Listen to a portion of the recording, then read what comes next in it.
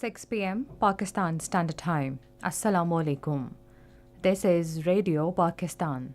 The news read by Aisha Nayab. First, the headlines. Finance Minister has reaffirmed government's commitment to address socio-economic challenges by fostering inclusive economic growth. Food and Agriculture Organization has assured to provide support to Pakistan in digitization of agriculture sector and food systems. In Punjab, all public and private schools will remain closed till Sunday in the wake of increasing cases of conjunctivitis diseases.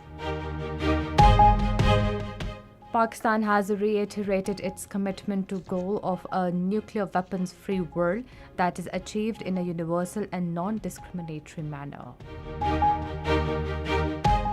In Indian illegally occupied Jammu and Kashmir, posters appearing in different areas have appealed people to raise their voice with unity against Indian state terrorism. Pakistan squash players Noor Zaman and Nurul Ain Ijaz won 3 pole matches against India, Singapore and Nepal in Asian Games at Hangzhou in China today. And now the news in detail. Caretaker Finance Minister Dr. Shamshad Akhtar has said the government is committed to fostering inclusive economic growth, attracting investment, and addressing socio-economic challenges in the country. He said this while talking to country leader of the Bill and Melinda Gates Foundation, Syed Ali Mahmood, and CEO of Karandaz, Waqasul Hassan in Islamabad today. The Finance Minister emphasized the importance of public-private partnerships in achieving sustainable development goals and inclusive growth and welcomed the contributions both organizations in this regard. The meeting was aimed at reviewing the implementation status of RAST, Pakistan Instant Payment System support provided by the Bill and Melinda Gates Foundation, Integrated Social Safety Net Program, and BMGF's offer for assistance on the Digital Pakistan stake. Pakistan and Qatar have agreed to further strengthen cultural ties. This understanding was reached during a meeting between Caretaker Minister for National Heritage and Culture, Jamal Shah, and his Qatari counterpart, Sheikh Abdul Rahman bin Hamad bin Jassim Al Thani in Doha.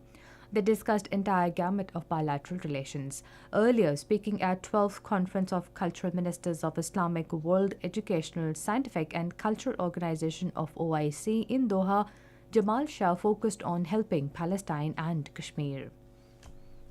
Caretaker Minister for National Food Security Dr. Qausar Abdullah Malik has sought FAO's support to increase capacity of Pakistani experts in the field of agriculture, livestock and fisheries.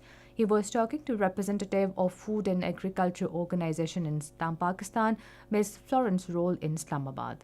Dr. Qausar Malik said the existing collaboration between FAO and Pakistan to address food insecurity and sustainable agriculture production is very satisfactory.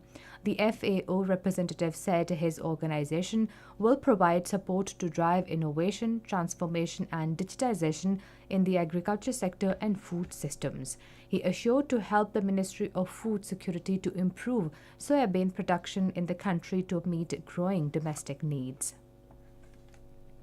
President Dr. Arif Alvi has emphasized the need for increasing cooperation with Bangladesh in the fields of economy, trade and culture. Talking to Pakistan's High Commissioner Designate to Bangladesh, Syed Ahmed Maroof in Islamabad today, he said there is vast potential for increasing trade between the two countries. Punjab Schools Education Department has announced to close all public and private schools of the province till Sunday in the wake of increasing cases of conjunctivitis disease. This decision has been taken to protect children from the disease. According to a notification, all schools will reopen from Monday and observe SOPs issued by the School Education Department to prevent the infection. In the wake of growing outbreak of conjunctivitis, experts have asked the people with a pink eye to wear eye black glasses and avoid handshaking and separate their bedding and utensils immediately. The emerging reports indicate that the infection is affecting people of all age groups. A large number of school-going children have been complaining of eye infections primarily because they are not adhering to precautions at school. Medical experts say that pink eye is spreading rapidly in densely populated cities where people are exposed to unfriendly environment such as factories, bazaars, markets and shopping plazas. This is Radio Pakistan. The two-day National Sirat-un-Nabi Peace Be Upon Him conference will begin in Islamabad tomorrow. Radio Pakistan will broadcast live proceedings of the conference. Pakistan Broadcasting Corporation will originate a national hookup tomorrow at 6:50 p.m. while will continue till the end of Mehfil-e-Naat and prize distribution ceremony to be held at Pakistan National Council of Arts. On the second day, Radio Pakistan will broadcast in its special national hookup live proceedings of inaugural session at 9:05 a.m. till the end and conclusion sessions of the conference, being held at Pak China Friendship Center. BBC Islamabad will originate these national hookups and all the other stations of Radio Pakistan, including FM 94 and FM 101 networks, will carry it. President Dr. Arif Alvi has approved a 90-day remission in the sentences of prisoners on the occasion of Eid Miladun-Nabi sallallahu alaihi wasallam. This has been approved under Article 45 of the Constitution.